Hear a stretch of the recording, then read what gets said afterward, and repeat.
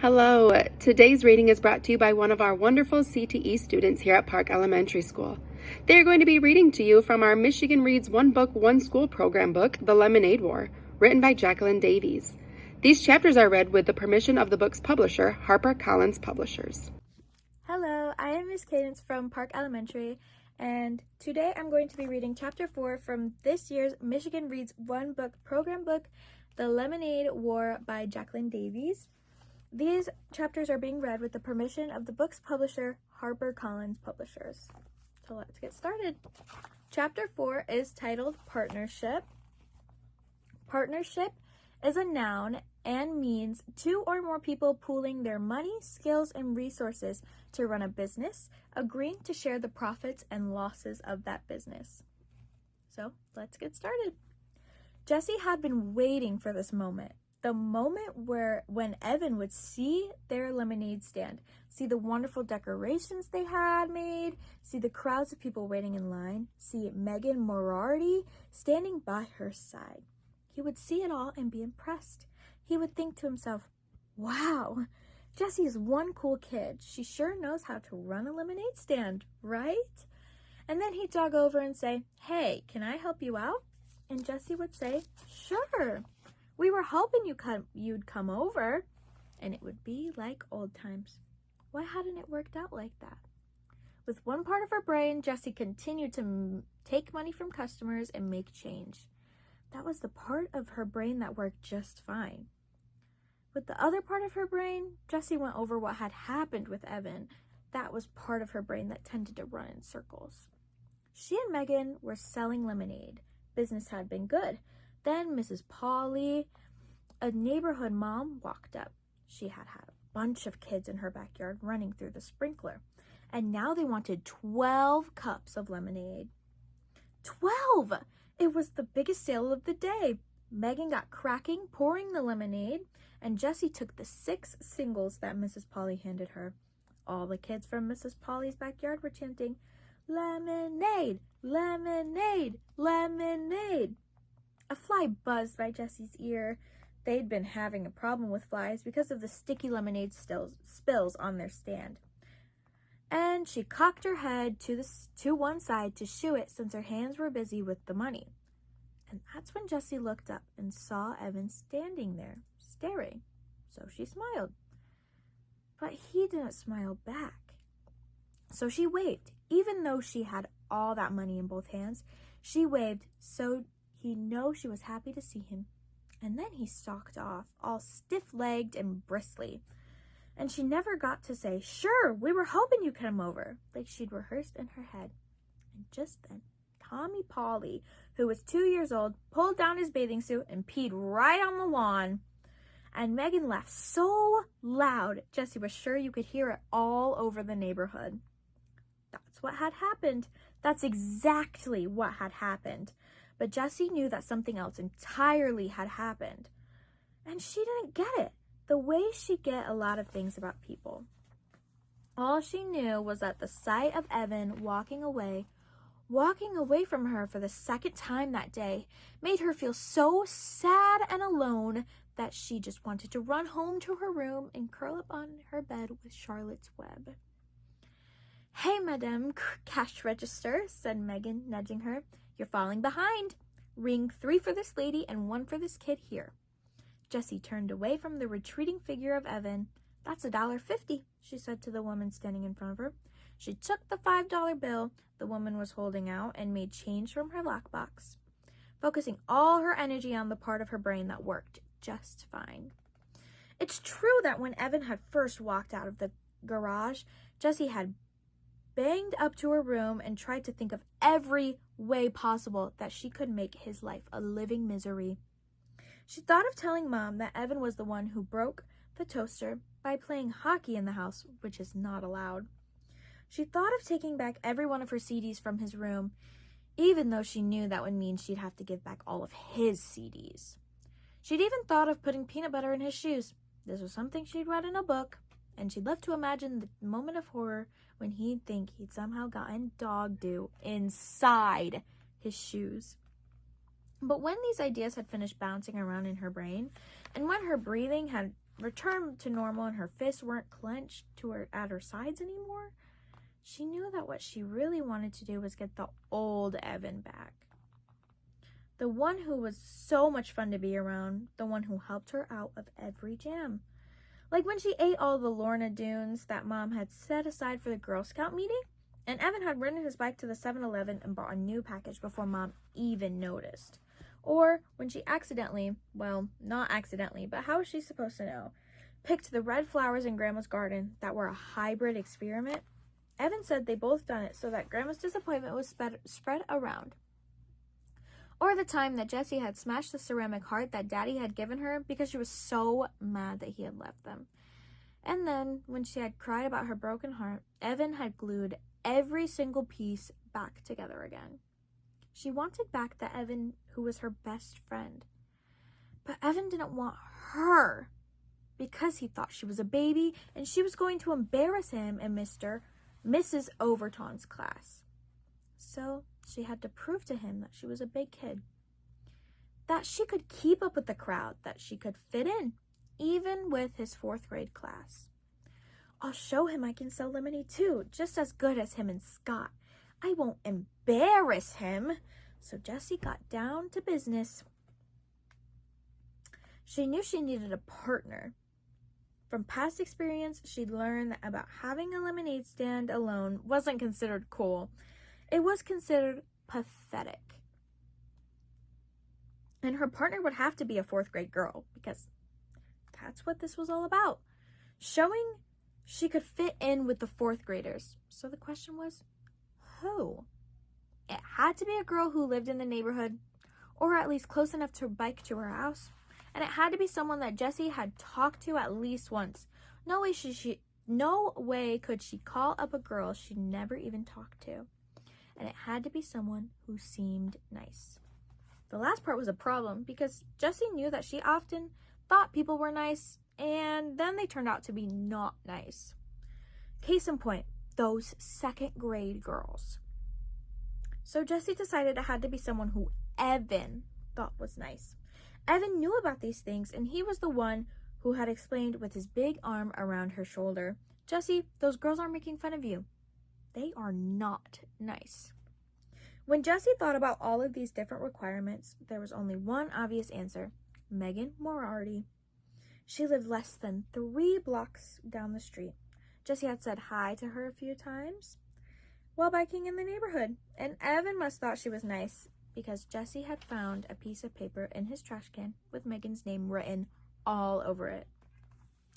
Why would he cover a page with her name if he didn't think that she was a nice person? Jessie went to the kitchen and climbed onto a stool so that she could reach the cabinet over the stove. She took down the school phone book and looked through the listings for both of last year's 3rd grade classes. No Megan Moriarty. Duh, Jessie remembered. She'd moved in halfway through the school year. With a sinking heart, Jessie checked the town phone book. No Moriarty family listed on Damon Road. Okay, said Jessie, slapping the phone book shut and putting it back in the cabinet over the stove. Time for plan B. Jessie went to the hall closet and got out her backpack, which had been hanging there empty since the last day of school.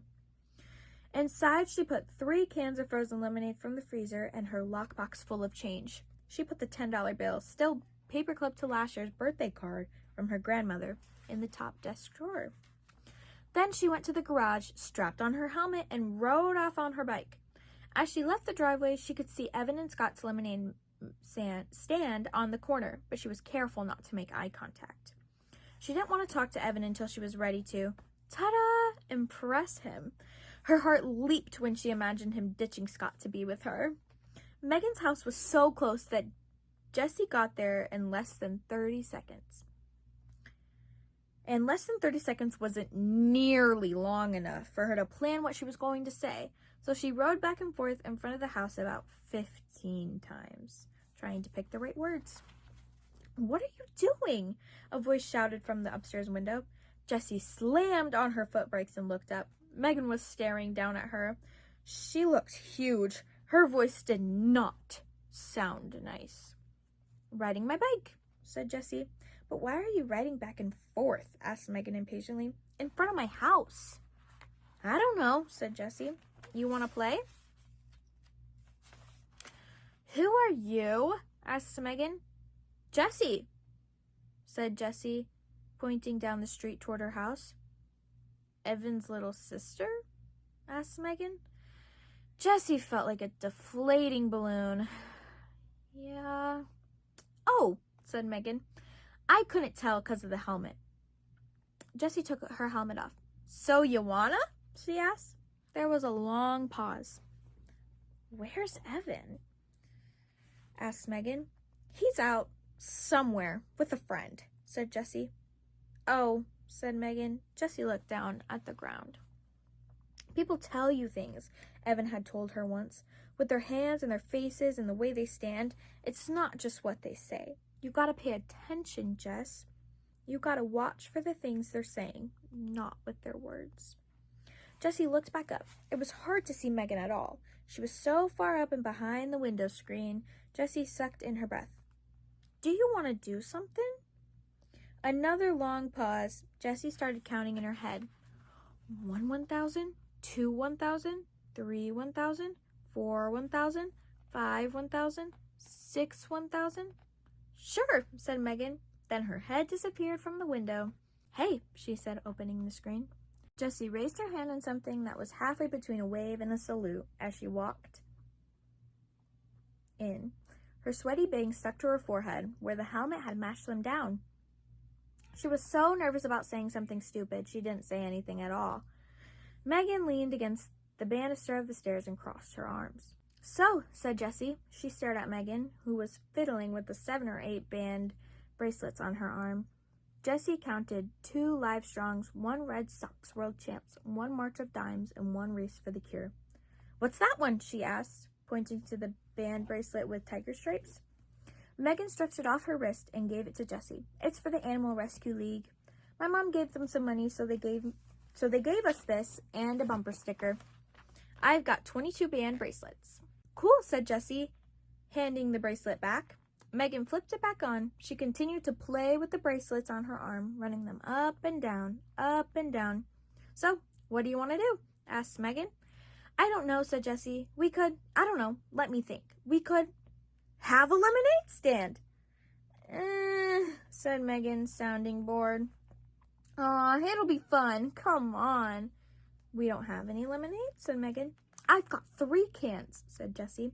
She slipped the backpack off her back and dumped out the 3 cans of frozen lemonade. Her lockbox came rattling out, too. What's that? Asked Megan. My lockbox, said Jessie. We can use it to make change. She felt her face getting red. Maybe 4th graders weren't supposed to have lockboxes? How much money have you got? Asked Megan. You mean in change or altogether? Megan pointed to the lockbox. How much is in there? $4.42. 14 quarters, 5 dimes, 3 nickels, and 27 pennies. Jessie didn't say anything about the $10 she left at home. Both of Megan's eyebrows shot up. Exactly? She asked. What do those eyebrows mean? Jessie wondered in a panic. Why was Megan smiling at her? Jessie, those girls are making fun of you. They are not nice. Jessie didn't say anything. She had a sick feeling in her stomach that this was going to turn out badly. Megan straightened up. Wow, you're rich, she said. Want to go to the 7-Eleven? We could get Slurpee. But Jessie pointed to the cans of lemonade on the carpeted hallway floor. The frost on them was already starting to sweat off. We could do the lemonade stand later, said Megan. Maybe. Jessie thought of Scott and Evan racking up sales 2 blocks down. How was she going to prove herself to Evan if she couldn't even get Megan to have a stand? How about the lemonade stand first? Jessie said. And then Slurpees with our earnings. I bet we'd even have enough for chips and gum. You think? Said Megan. I know, said Jessie. Look. She held up a can of lemonade. It says right on the can, yield 64 ounces. So we get 8 cups from each can and sell each cup for $1/2. So that's $4. And then there's 3 cans, so that's $12 altogether, right? The numbers flashed in Jessie's brain so fast she didn't even need to think about what she was multiplying and dividing and adding. It just made sense to her. How old are you? Megan asked, looking at her sideways. 8, said Jessie, but I'll be 9 next month. Megan shook her head. That math doesn't sound right. No way we can make $12 from 3 little cans. Yeah, said Jessie. I'll show you. Do you have a piece of paper? Jessie started to draw pictures. She knew that other kids couldn't see the numbers the way she did. They needed the pictures to make sense of math. Look, said Jessie.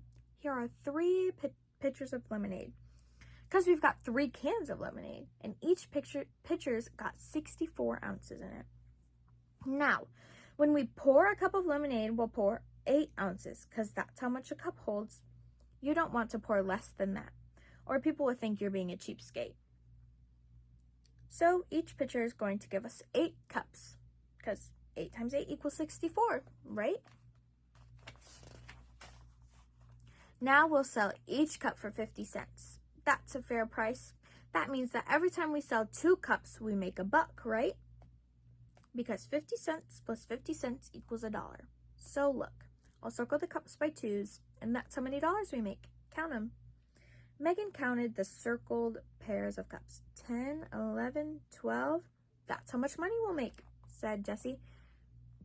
If we sell all the lemonade, and if we do a lemonade stand. Wow, said Megan, you're really good at math. She puffed her cheeks out like a bullfrog and thought for a minute. Then she popped both cheeks with her hands and said, whatever, let's do the lemonade thing. Jessie felt soaked in relief. Maybe this was going to work after all. An hour later, Jessie and Megan had transformed the little wooden puppet theater in Megan's basement into the hottest new lemonade stand on the block. The stand was covered with tissue paper, flowers, cut out butterflies, and glittery hearts. It was a showstopper. And boy, did people notice it.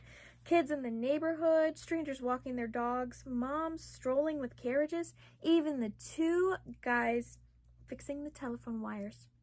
They all came to buy lemonade. And just when Jessie and Megan were on the verge of running out, Mrs. Moriarty went to the store and bought 3 more cans, free of charge.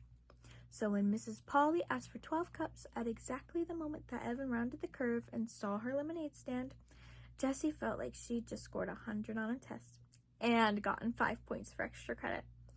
So why did Evan stomp off? And how come she didn't feel like she'd won anything at all? Right, that was chapter 4 of the Lemonade War. I hope you guys enjoyed. Bye!